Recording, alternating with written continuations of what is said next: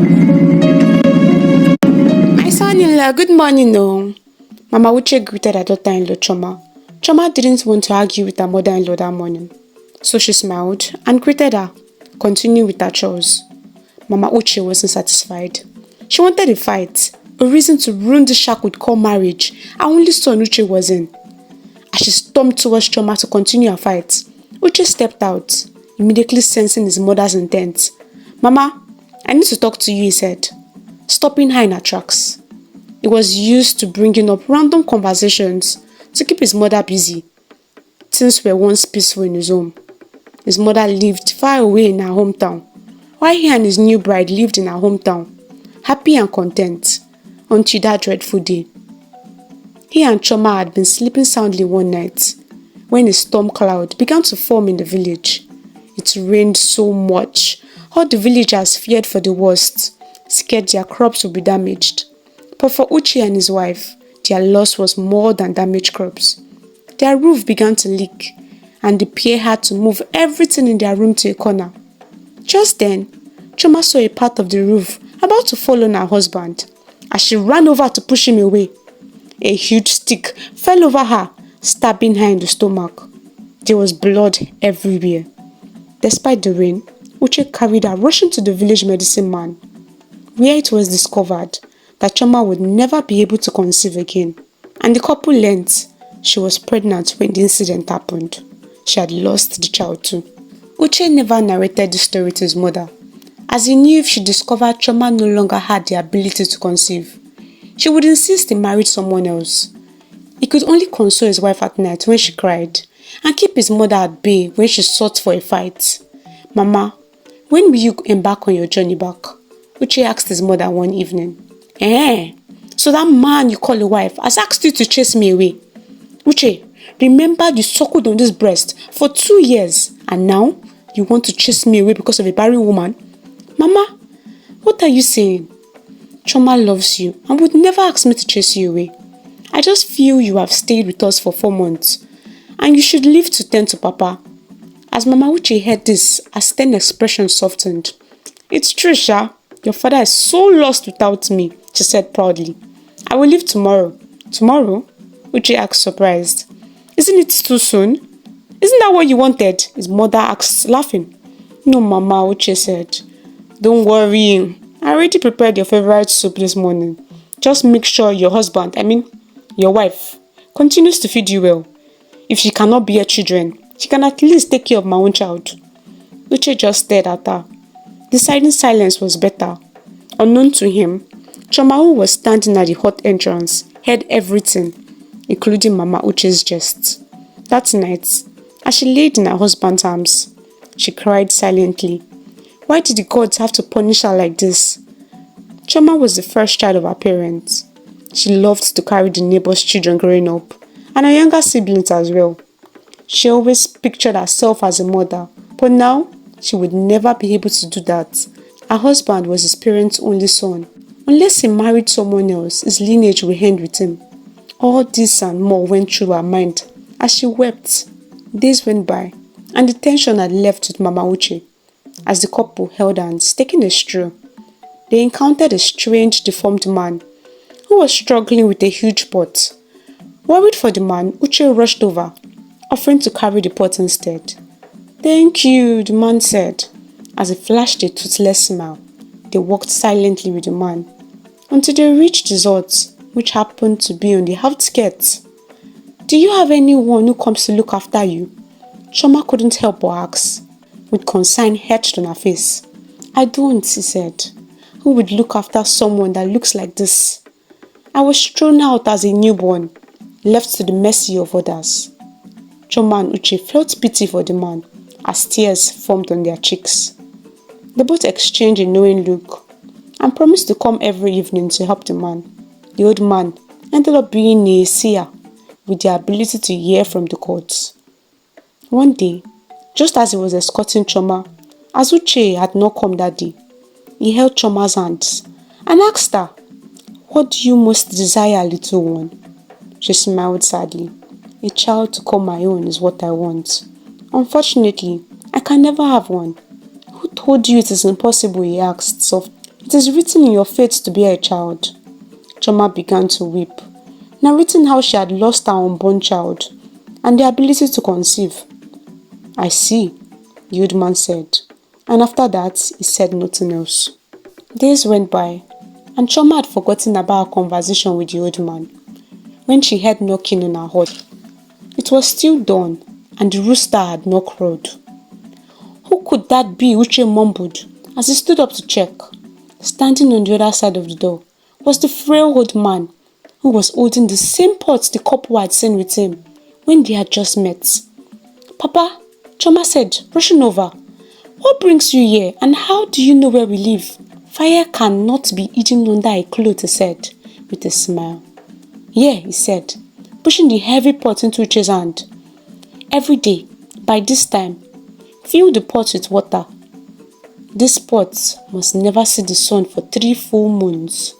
On the 3rd full moon, the gods shall bless you with a child.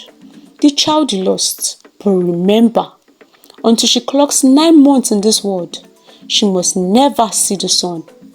I will be traveling, he said, not allowing the couple to speak, and immediately, he turned away, leaving them dazed. What could this mean? Chioma asked Uche. Could this be a trick? Or has the gods finally answered my prayers? Uche held her hands, looking into her eyes. We will only know if we try. And so, for 3 full moons, the couple, day after day, would pour water into the pot. For some weird reason, the pot never got filled up. It was like a bottomless pit. The couple decided that Chioma would not go out anymore as people would put 2 and 2 together when the child came. Finally, on the 3rd full moon, the pot got filled up and the water transformed into blood, pouring out from the pot. The water began to boil like heat was under the pot, bubbling, and soon the water, which was now blood, dried up. As Uche and Chioma peered into the pot, crying inside was a newborn. The gods be praised, Chioma cried, as she put the baby girl, who was covered in blood, with wide, beautiful eyes and red hair, into her arms. She and her husband embraced. Overjoyed, Chioma wanted to rush out and share the good news, but she immediately remembered the old man's caution. The child must never see the sun until she was 9 months old. Uche and Chioma's newborn had to remain a secret for a little bit more. The thudding on the wooden door came with the firmness of familiarity. Uche, my son, come and greet your mother, oh! Mama Uche's voice rang out, strong and steady, cutting through the mid-morning calm like a sharp blade. Inside the small sun-lit hut, Uche and Chioma froze in place. Their eyes met, wide, alarmed, silent. The baby had just closed their eyes, after an hour of lullabies, gentle patting and desperate whispers. She had finally drifted into sleep, but now, Chioma, Uche whispered with a sigh. Mama picked the worst time. Chioma's eyes were tired, rimmed red from the sleepless night. But she nodded calmly, rocking the small bundle in her arms, her lips trembling as she hummed again. Wah! The baby cry pierced the air like a spear. Uche shut his eyes in resignation. Outside, Mama Uche's eyebrows shot up as she tilted her head closer to the door, squinting as if her ears were playing tricks on her. Eh? Do my ears deceive me? She muttered in disbelief. I be old woman, but I never did hear ghost baby cry before. Uche! What is going on in this your house? Uche quickly stepped out of the hut, closing the raffia door behind him gently. He forced a smile onto his face, hoping it would mask the anxiety swelling in his belly. Mama, welcome, welcome. You're looking strong as ever, I greeted, kneeling briefly to touch her feet in the respectful Igbo manner. Mama Uche's eyes did not leave his face, narrowed with suspicion. My pikin, I didn't come to chase greeting, I asked the question. Did I not just hear a baby cry from inside your hut? Are you hiding a child from me? Uche rubbed the back of his neck, glancing over his shoulder. Mama, you heard correctly. The old one blinked, processing. Chinekeme, she gasped, backing up a little. You got someone else pregnant? You? What about that your fellow man, Chioma? The one you call your wife? Uche winced at the way she said it. Chioma wasn't just his wife, she was his partner. His peace and Mama's words came like poison darts. No, Mama, he said firmly. His voice soft but steady. Chioma gave birth. Mama stared at her son as if he had sprouted feathers. She what? You're telling me a fellow man gave birth inside this house? She pointed dramatically to the door. Uche stepped aside and opened the raffia flap. Come inside, Mama, see for yourself. She hesitated, crossing herself, muttering under her breath.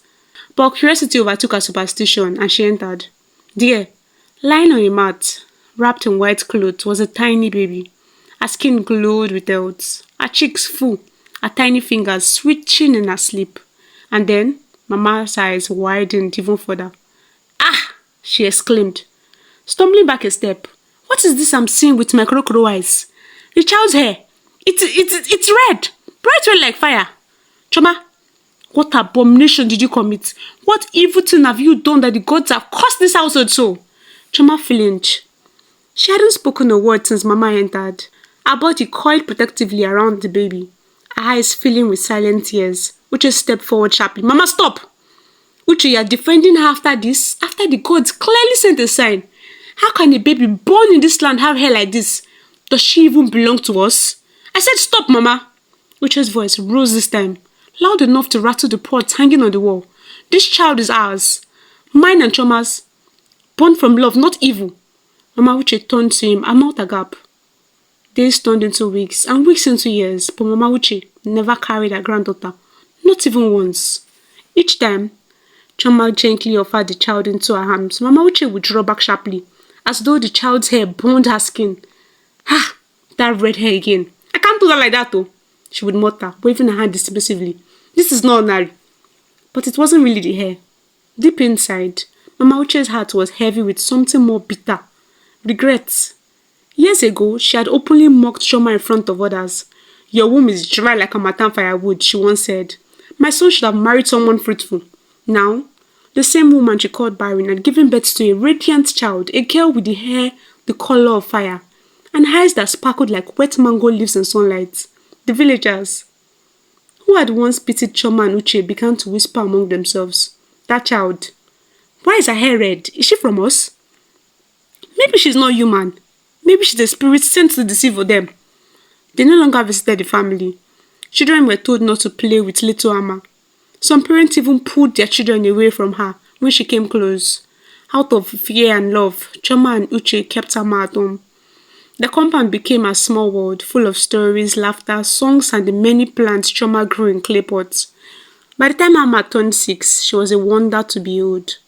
Her red curls bounced when she ran. Her laugh was like bird song after rain. But what made her truly special was something no one else knew, not even Amma herself. One sunny morning, while playing behind the hut, Amma sat beside a sad-looking hibiscus plant with drooping petals. She tilted her head and whispered, Why are you sad, flower? To her surprise, a small voice replied, I am thirsty, little one, but not for water. I need joy. I need music. Amma gasped and looked around. No one was there. The plant had spoken. She looked at it again, blinking. Did you talk to me? She asked. Yes, said the plant gently. You listened. That's rare. From that day on, Amma spent her mornings and afternoons whispering to plants, singing to them, laughing with them, and the plants bloomed. Oh, how they bloomed. Tall sunflowers danced in the breeze. Tomatoes ripened faster. Even her mother's bitter leaf became sweet. Then the rain came. Heavy rains, too heavy. Fields flooded, but even in places where the water drained, something was wrong. Corn refused to grow. Cassava rotted in the ground. Yams shriveled. A mysterious famine spread through the village and beyond. People began to starve, confused. How can there be famine when the rain still falls? The elders asked. But in Chioma and Uche's compound, everything still flourished. Their garden overflowed with vegetables. Fruit trees bent under the weight of their blessing.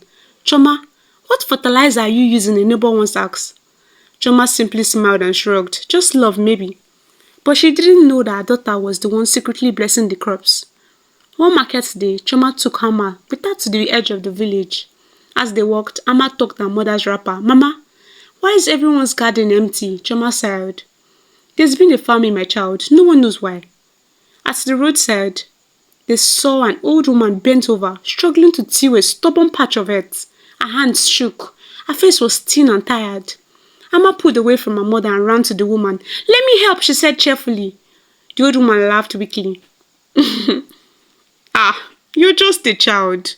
Amma knelt and placed her small hand on the soil. She whispered softly, please grow. She needs you. She's trying so hard. Suddenly, before their eyes, tiny green shoots began to rise from the earth. Then they grew taller, fuller, until a lush bed of vegetables had sprung up like magic. The old woman fell to her knees in awe. What are you? Choma's eyes, wide with shock, could not speak. By evening, the story had spread throughout the village like dry fire on harmattan grass. The red-haired girl, she speaks to plants. Her voice brings life. She's a gift from the gods. People who had once avoided Amma now knocked on Choma and Uche's door. Please, let her bless our farms. We were wrong. We were blind. Even Mama Uche arrived to my village. Face drawn with shame, she knelt before Choma. Eyes filled with tears. Forgive me. I let pride blind me. I rejected the blessing because I feared what I didn't understand. Amma walked to her and placed her tiny hand on Mama Uche's cheek. Grandma, she said softly, do you want to hear the trees sing with me? Mama Uche wept and pulled her close, holding her for the very first time. With Amma's help, crops began to grow again. She visited each farm singing and talking to the soil. The farming ended. Hunger fled. The villagers no longer feared her red hair. Instead, they celebrated her every year with a festival of colors, where children painted their hair red and danced among fields of fresh corn and yam.